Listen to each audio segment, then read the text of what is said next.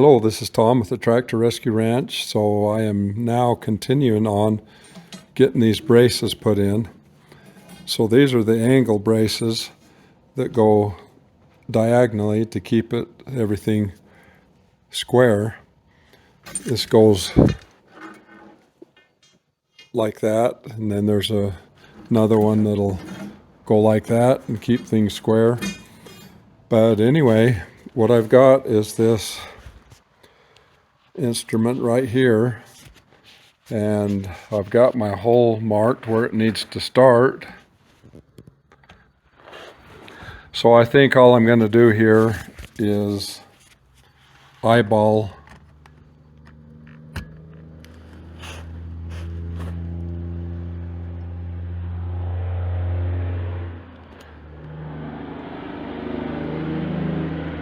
that's the angle I need, so just eyeballing that I think is going to be close enough.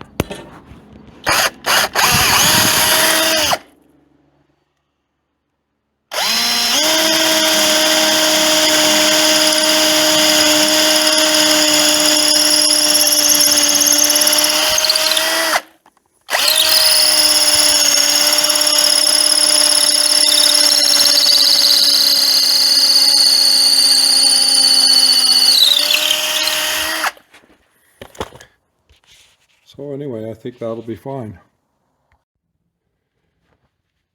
Well, there it is, complete with all of the hardware as far as tying things together is on it.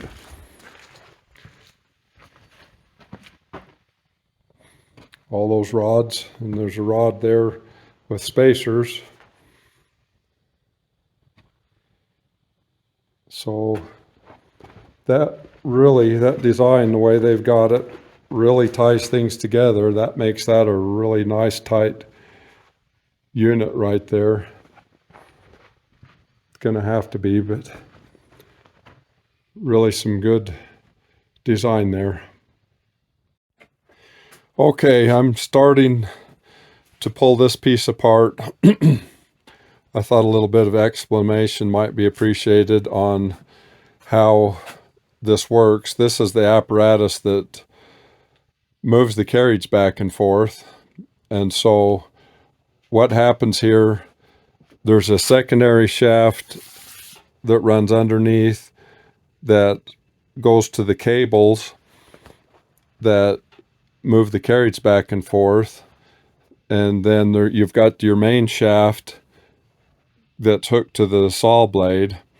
And so you put a belt, one of the belts goes over, and that bottom shaft, it'll go up and over that bottom shaft, and then the other belt will go over the main shaft, powered by the main shaft, and then that belt goes down and under the shaft that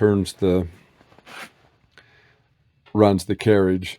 So when you push on the handle, this rocks on this piece, and this will tighten up the belt.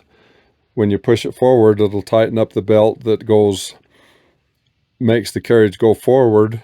And then when you pull this back, it loosens that belt and tightens the belt that turns it the opposite direction. And that's accomplished by one of them going on one side of that shaft and the other one going on the other side of the shaft. So that's a real simple way to change your direction from one constant direction to go in both different directions. Pretty simple and ingenious way to do it. So this is just all going to get pulled apart as much as I can and get it cleaned up. These bearing surfaces feel pretty tight, and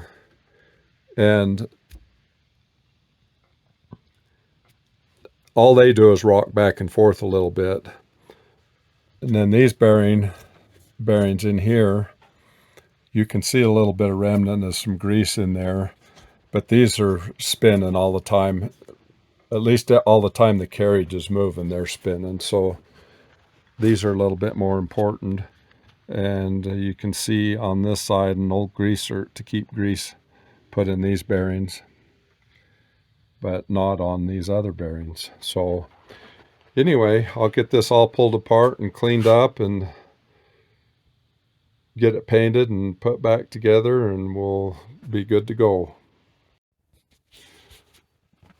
A lot of times what I do on pieces like this that I don't have any diagrams for is just take a bunch of pictures. That's so easy to do in today's world with our phones. So I take a bunch of pictures, and that way I know I can get it back together the way it came apart. Generally, a piece like this, I really wouldn't have to have pictures. I've got a pretty good memory, and the way my mind works, I've got a pretty good image of how it'll go back together. But when I get into a complicated piece, I'll usually take a few pictures of it. The other thing, like in tractors and stuff,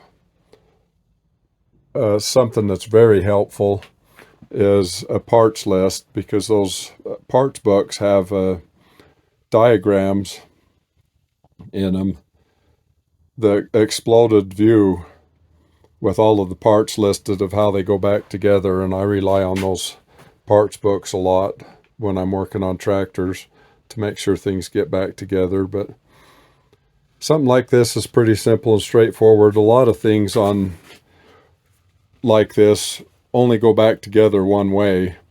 So if you get it back together, it's generally together the correct way.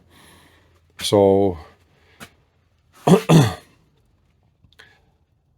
just for in case, I am going to take a few pictures of this, and then I'll get it all tore apart.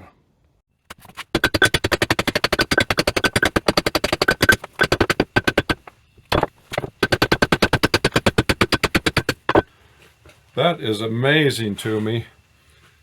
Those shafts are coming out. When I'm hammering on a piece of cast iron like that, I always just go real gentle, because it's easy. If you hit a piece of cast iron real hard, it's real easy to crack it and to break it.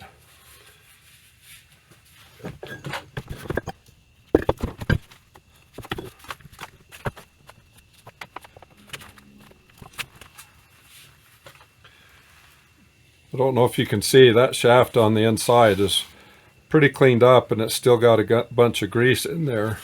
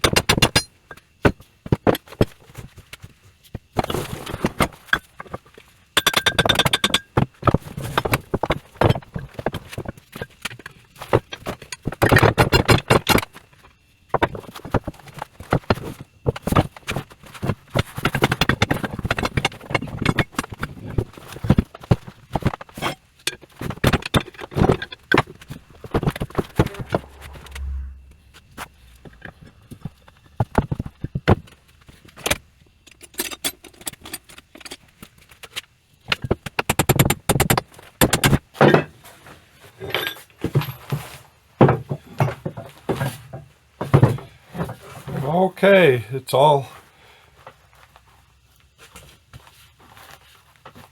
coming into pieces, so from here it'll just be cleaned up real good and painted, and then lubed up and back together.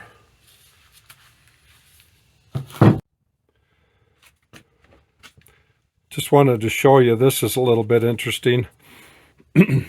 This is the shaft, the bearing surface of the shaft that runs on that pulley. I don't know whether the camera is going to pick this up or not, but you can see a wear surface there and a wear surface there, and there's a little edge on both of those. And then when you turn it over to the other side, it's completely untouched. So what's happening is the pressure on that is only wearing out half of this piece. So as this came apart, I can tell from where that set screw was that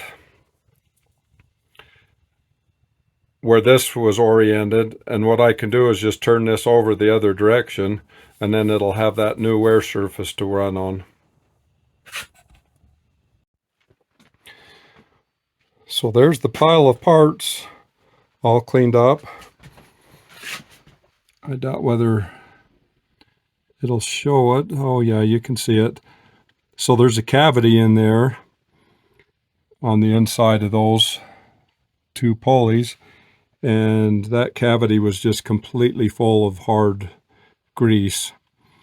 So I got that all cleaned up, cleaned out of there. Everything's been degreased and cleaned up.